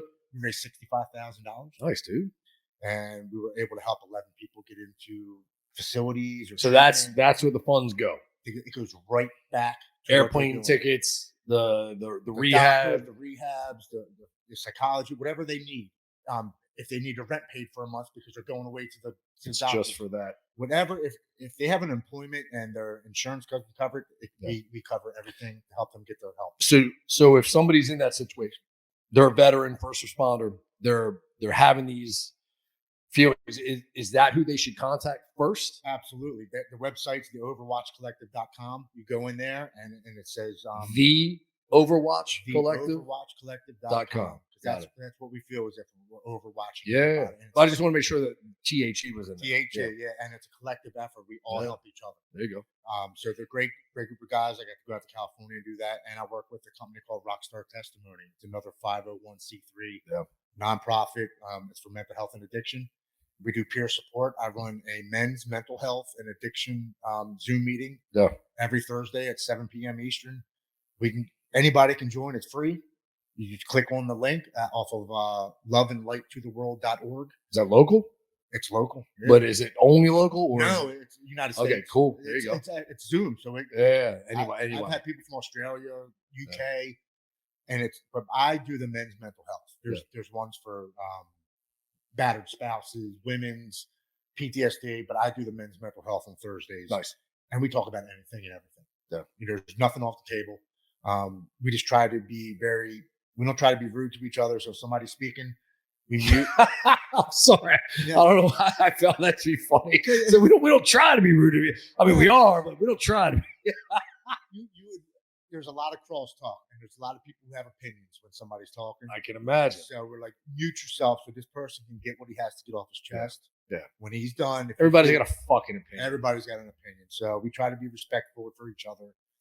And, the thing is with men, I don't know how, I'm pretty sure you grew up the same way, but my dad was always like, man up. Don't show your feelings. Suck it up, buttercup. Yeah. Like, deal with it. And as men, that's the stigma that we're supposed to be these hard. We don't show feelings. Like, just fucking do what you got to do and don't worry about it. The fact of the matter is, men make up 80% of suicides. I thought it was higher than that. It's probably 80. I think it's 88. Yeah, I thought it was 87 was the number that I had in my head. 87%. I think it's actually 88. But, crazy, right? And it's because we don't want to talk about it. We don't. We're not supposed to. We're not supposed to. Yeah. Let that shit out, man.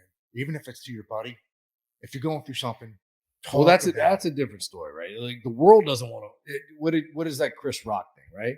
So the only women, children, and dogs are loved unconditionally. Yeah.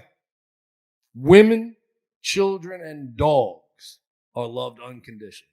Men are loved conditionally. What can you do for me? If you are providing something, if you are giving something, then you can get love, right? Because if you're not paying the bills, if you're not being a good father, if you're not doing something, you are discarded. You are trash. You are thrown away. Yeah. And you are looked at as a loser. And so that's why I think that, that the men, you, have these feelings. Because it's not that you are. It's that this is what we've been built up to be, right? Yeah. And then the funny thing is that at the same time, and now I'm digressing a little bit, getting a little off topic, right? So they want us to be big. They want us to be strong. They want us to do all these things. If we talk about our feelings, it's shut the fuck up. We don't want your feelings. Go do what you need. Go to work. Pay the bills. Do this shit, right? But then when we do that, we get called toxic. Yeah. Right? We get called bad guys, evil. Like, so it's like, pick a fucking side.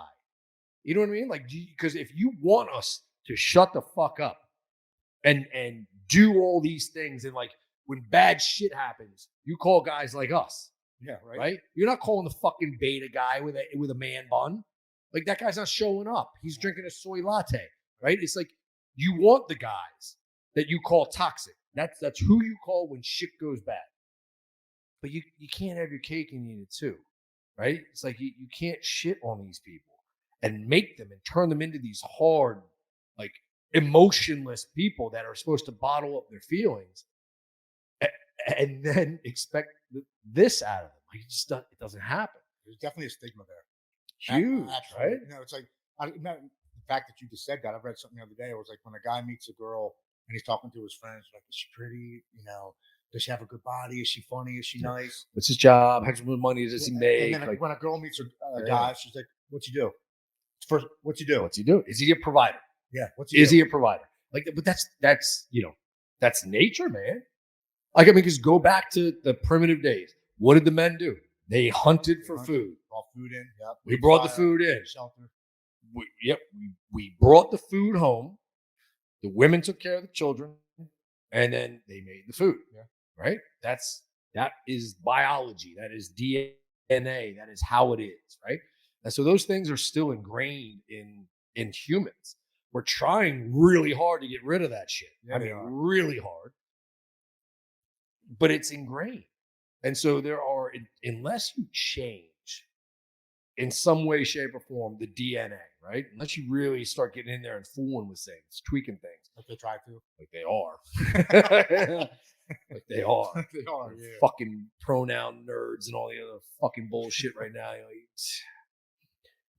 But if you don't understand that, like, I am a true feminist, right? True feminist, meaning that I believe that women can do anything that they want to do. 100%. I believe that they are in a lot of ways, they're stronger than men, right? Absolutely. In a lot of ways, they are. They have a resiliency. They have the women that I know that I'm just like, dude, I don't know if I could do that. Yeah. And a lot of it is mental strength, right? But it's mental strength in a different way. Men have mental strength that women could never do.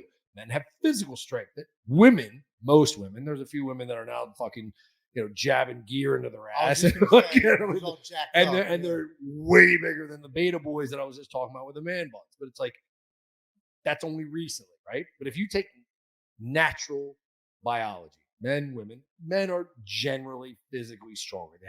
They have the ability to do certain things because that's how they were designed, right? Made different, absolutely. Made different. There's nothing wrong with that. That's what it's supposed to be. That's how it's supposed to be, right? We're not supposed to be equal. Men are not supposed to get smaller. Women are not supposed to get bigger. Like, not supposed to, but men are not supposed to have babies. I fucking said it. I don't care. A man can't have a baby. It's not possible.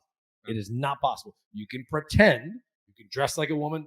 You can get boobs. You can have your junk cut off. You can do all those things, but guess what? You will never have a uterus, and you will never have a baby.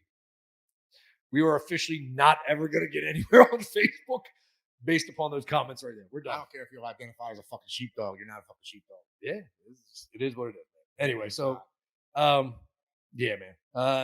But it's you go back to the whole thing of I just started talking about this because I really don't think that people are born with a disease. Like I don't think that, and I say that, I don't think that I was born to love whiskey. Like, I just don't, right? It's a choice that I made because I used to hate whiskey. I used to hate scotch. Hated it, right? And the first time I drank an entire bottle of Blue, I was like, that's terrible. Like, it's god awful. And I was like, but I'll try it again. But so it's a choice. And just like the choice to start, I think it's a choice to stop.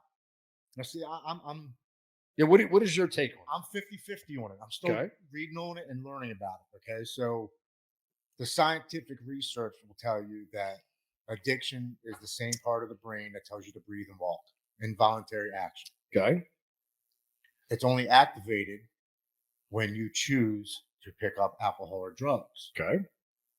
So what you're saying is the vast majority of people are going to choose to pick it up at one point in time. Right. You just don't know who is going to be like, fuck, I love that. Yes. And I'm going to continue to do that because what scientific research says is actually it is part of the brain. But then I'm looking at it as, yeah, but I made the choice to stop. I didn't take no magical pill from the medical doctors. Your brain is exactly the same as it was. Nothing changed. There was no pill. Nothing changed in So I'm 50-50. I'm like, is it a disease? Because I finally made the choice to say no, and I don't want it anymore, and that's it. I made up my mind. All right, look, man, I'm gonna piss off a lot of people that Yeah. maybe like listen that are, if this podcast goes out and like people are like that are in your world and they listen to this and like, fuck that guy, right? I don't buy into it. I think that it's been made as like that cop out, right? To make people feel like it's okay. You didn't really do anything wrong. It's a disease. It wasn't your fault. Let's fix it, right? Like, and I feel like that's what it is. And that's just not my fucking approach. Right? I'm not here to point the finger at you and be like, you're a bad person. Like, you're a piece of shit because you got hooked on this. Fuck no. It's not your fault, right? It's like I'll go back to the doctors. Fucking blame it on them. They made a decision to impact your life, right? They made a decision. That decision that they made for you fucked you up, okay? And then a series of things happened out of that. Yeah. And again, you still had culpability because the decisions that you made from there helped get you to where you were. Because you can be like, you know what? I think I'm going to stop taking these pills after 7 days, right? Self-monitoring, I don't want to say self-medicating, but it's like lack thereof, right? It's like I'm making a choice, like I know this shit's bad, right? I know it can fuck me up, doing it anyway. but I'm going to do it anyway. Doing it anyway. Exactly. You make that conscious choice to do it. You do. So there was nothing changed in your brain. There wasn't a chemical imbalance in your brain that goes, oh, God, man, no, like I have to do this. Like that's not the case, right? No, it's just not the case. There's other things that were going on. Other things that were going on. So again, I'm not trying to piss anybody off. I'm really not. I'm just playing devil's advocate because I think that when they look at this as a disease, I think that there's an ulterior motive for why they labeled it that, right? It gives them the ability to put it in a bucket that allows them to, one, escape culpability, right? Yeah. Escape culpability.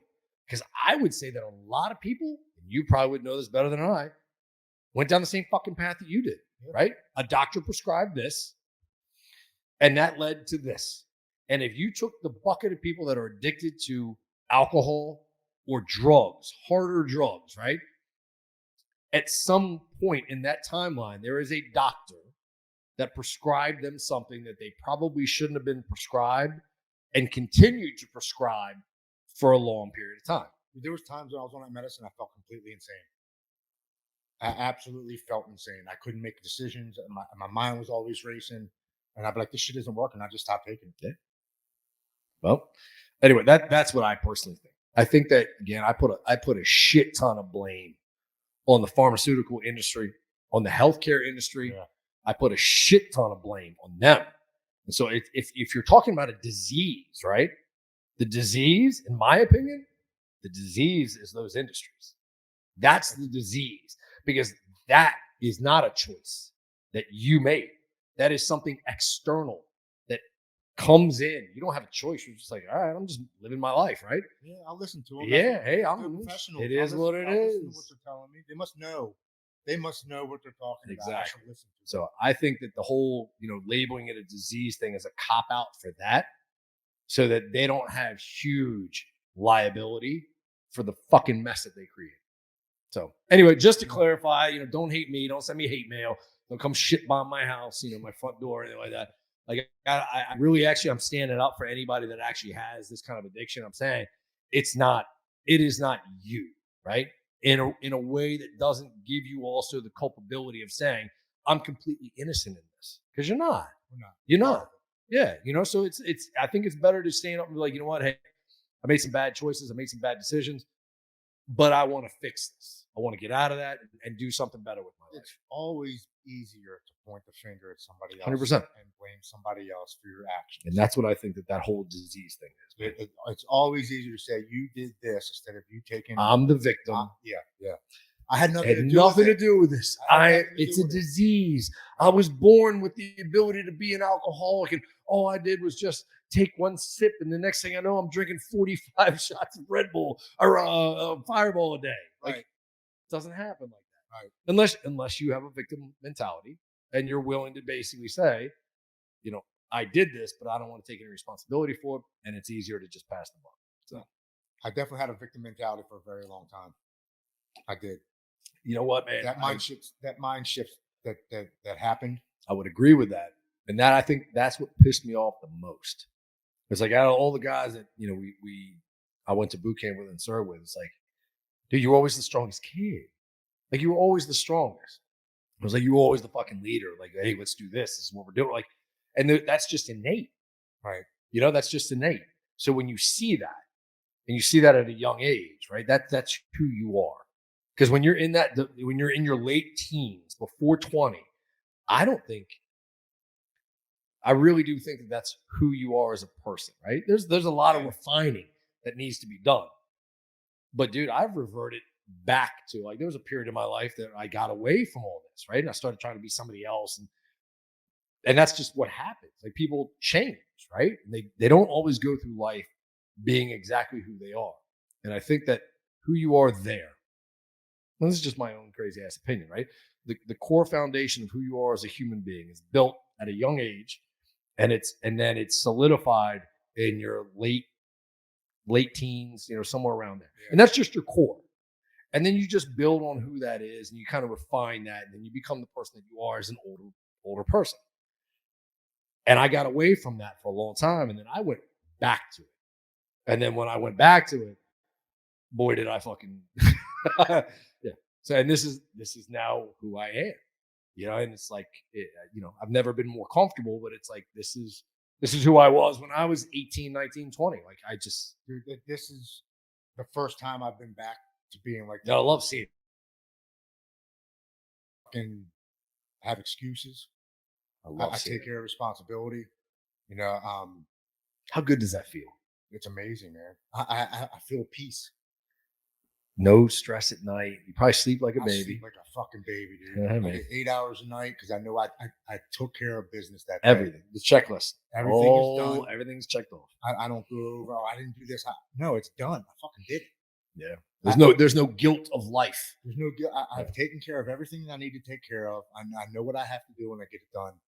Dude, that mindset shift that happened, it brought me back to the Marine Corps days where instant accountability. Yeah, don't fuck around.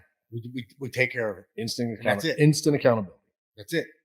Now, and if you don't take care of it, somebody's coming down on you. But the person that's coming down on you is you. Yourself. Yeah. No, I'm completely accountable for everything that brother. I love it, man. I really do. I love your story.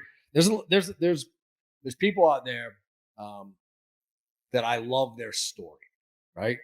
And they're all over the place. Like, one guy is like my kumbara, Nonica, her husband, Michael. He met her. She's Greek, didn't speak Italian. He's Italian, didn't speak Greek, but they met and they communicated through these weird translation things, and they ended up getting married, and she lived here, and so he decided to move to the United States. Didn't speak a fucking word of English, nothing.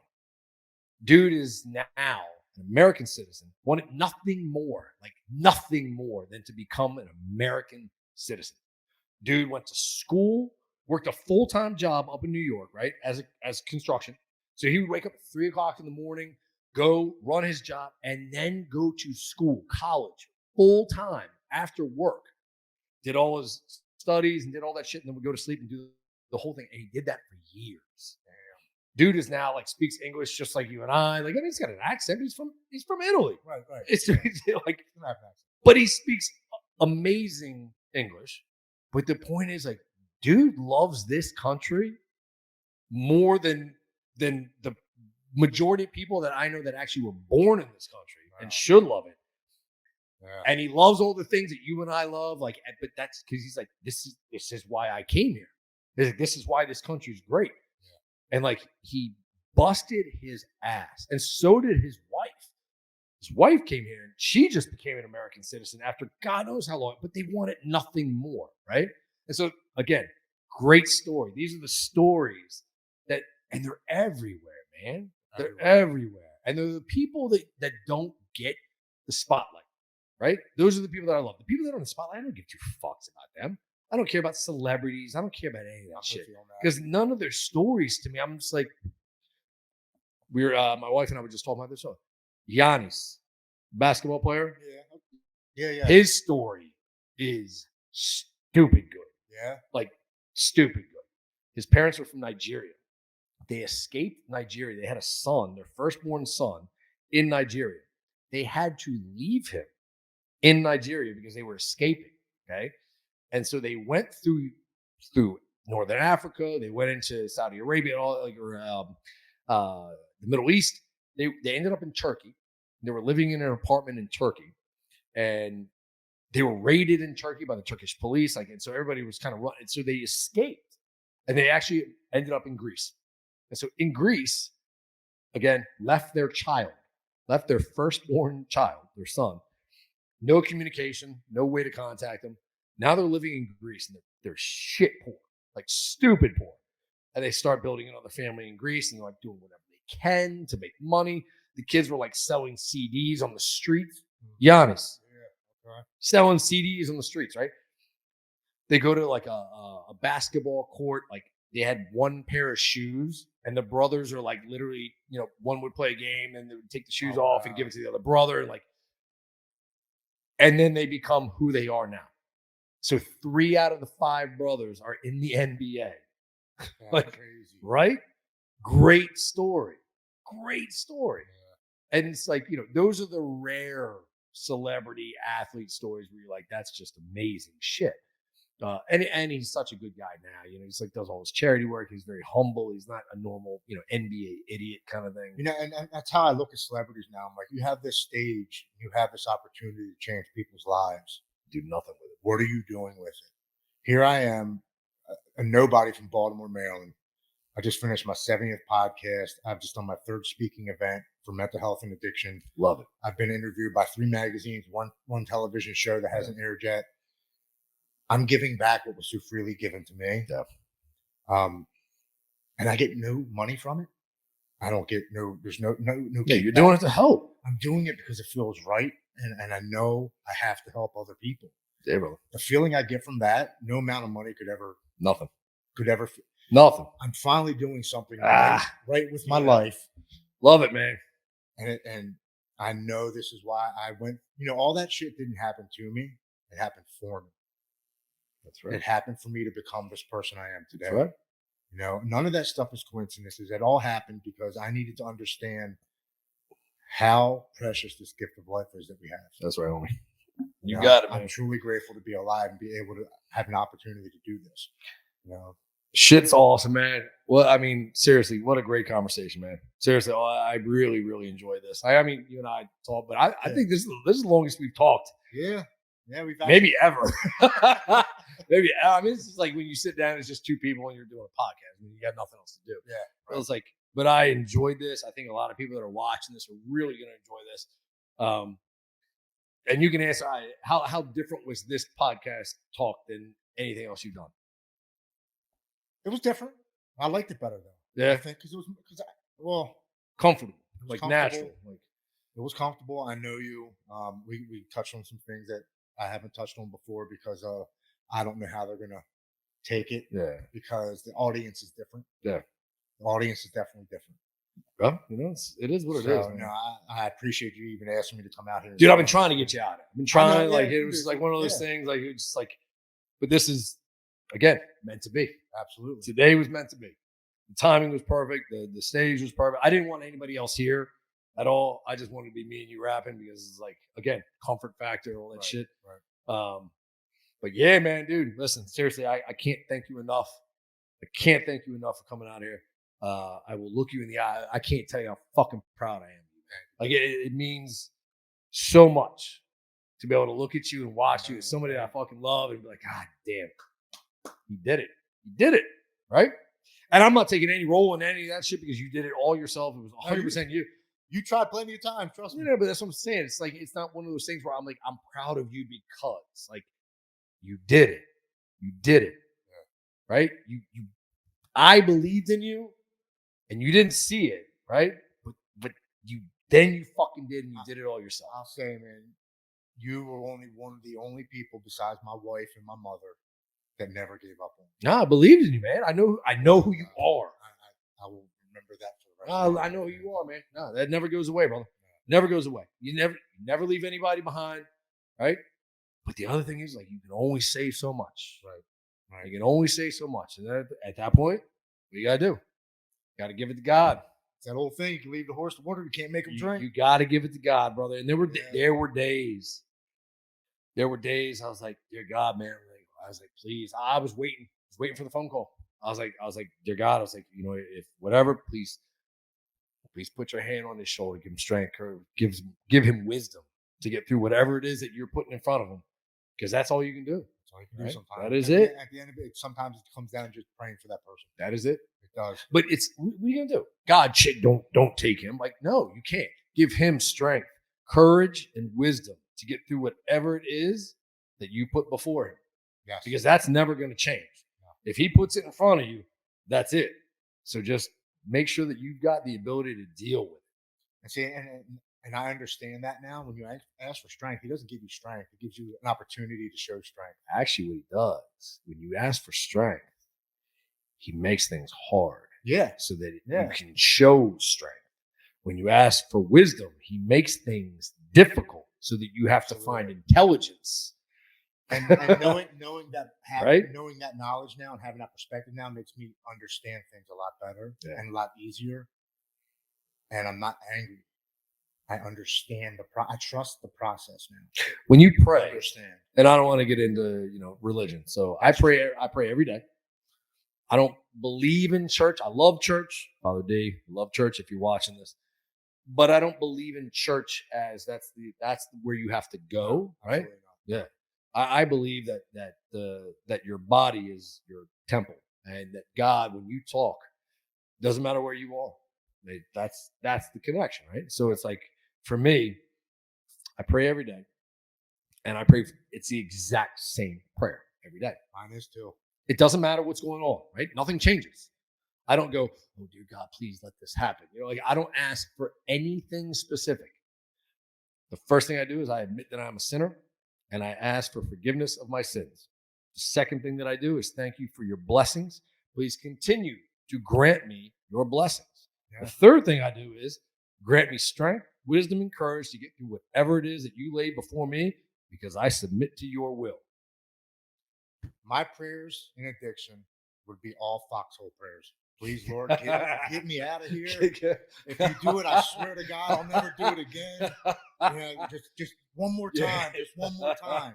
My prayers now are, I say the Lord's Prayer. Yeah. I say, please watch over my friends and family. Keep them happy, healthy, and safe. Thank you for another day of sobriety. Thank you for a second chance to live this life. Blessings. Blessings. And then please help me to reach as many people as possible who are suffering with mental illness and addiction, so that they know that they're not alone. They can recover. If that's what you keep asking for, man, that's what he's going to grant you. I don't ask for anything for myself. Yeah, you can, dude. He's not going to give that to you. But before, I was all foxhole prayers. Yeah. The plan is the plan, brother. The plan is the plan. Whatever he's got for you, that's what you get.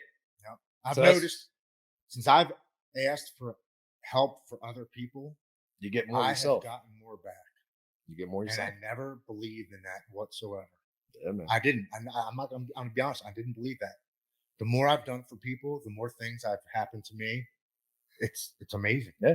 When you give, truly give, right?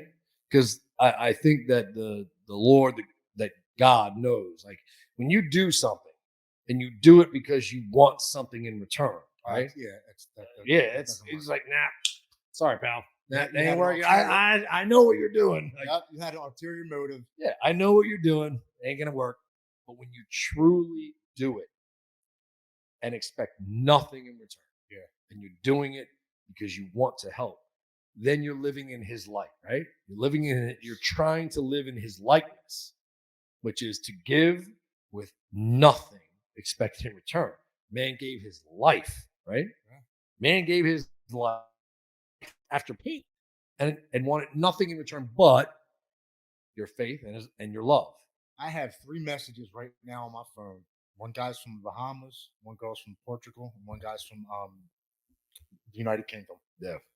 all going through something. I've been talking to them almost every day for 2 weeks. Yeah. They've all said the same thing. I can't believe you're helping me. Why are you helping me? You didn't have to. I'm like, you're right. I didn't have to. I want to. Yeah. I want to help you.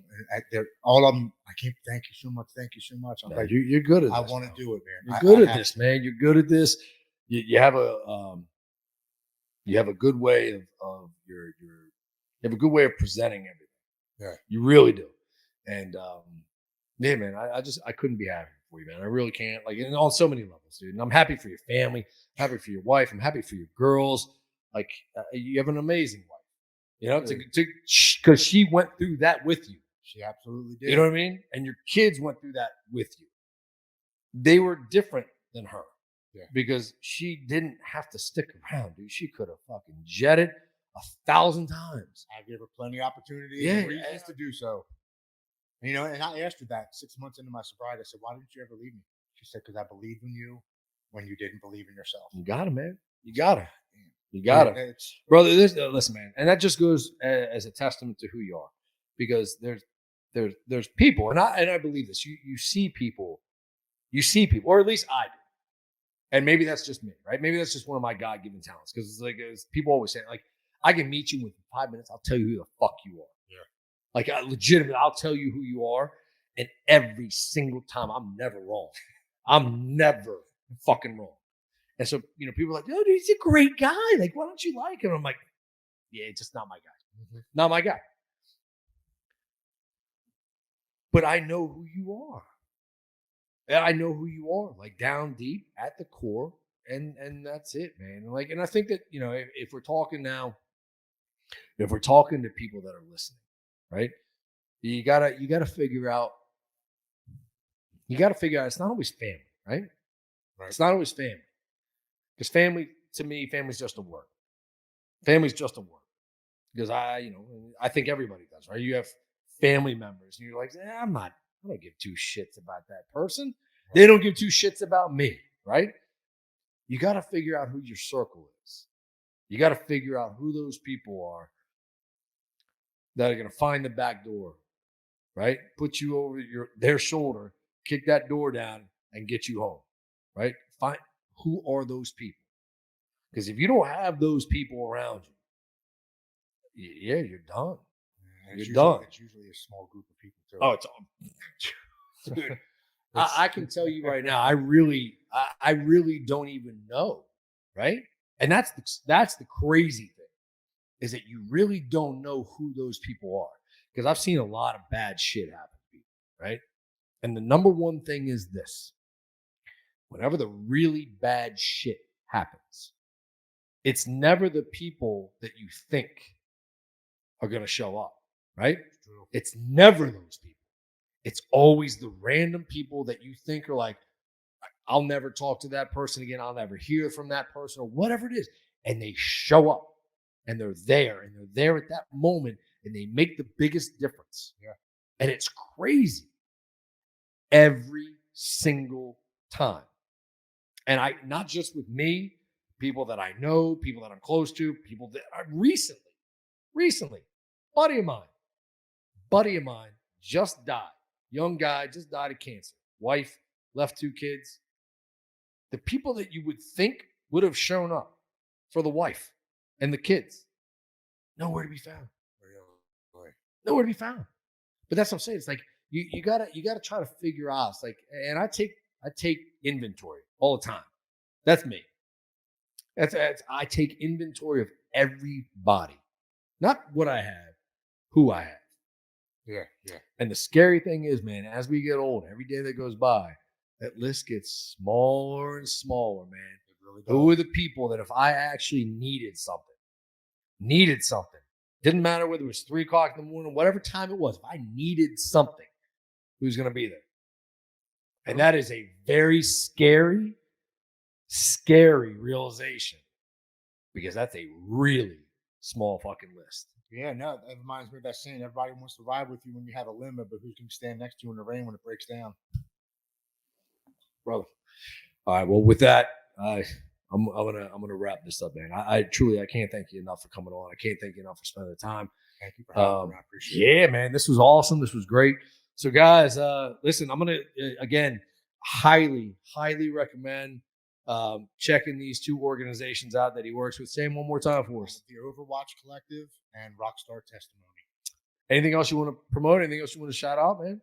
No, I mean, there's the two nonprofits that I'm working with. They're great, run by a great group of people, and everything's free.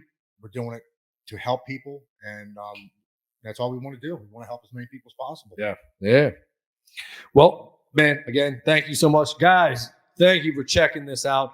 If you guys want to check out any other episodes, you can follow us on YouTube. All our episodes there. You can also go to thewhiskeythoughtspodcast.com. Check us out there. All our shit's there. You can get merch. You can get awesome badass hats like this thing. I got a hat for you, by the way. Oh, cool. Yeah, man. Anybody that comes on, we always get a hat.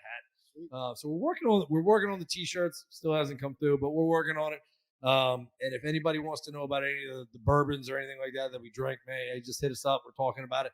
So thank you so much for listening. Appreciate it. Check you out, and we'll check you next time when we got Whiskey Thoughts, baby. Go have some.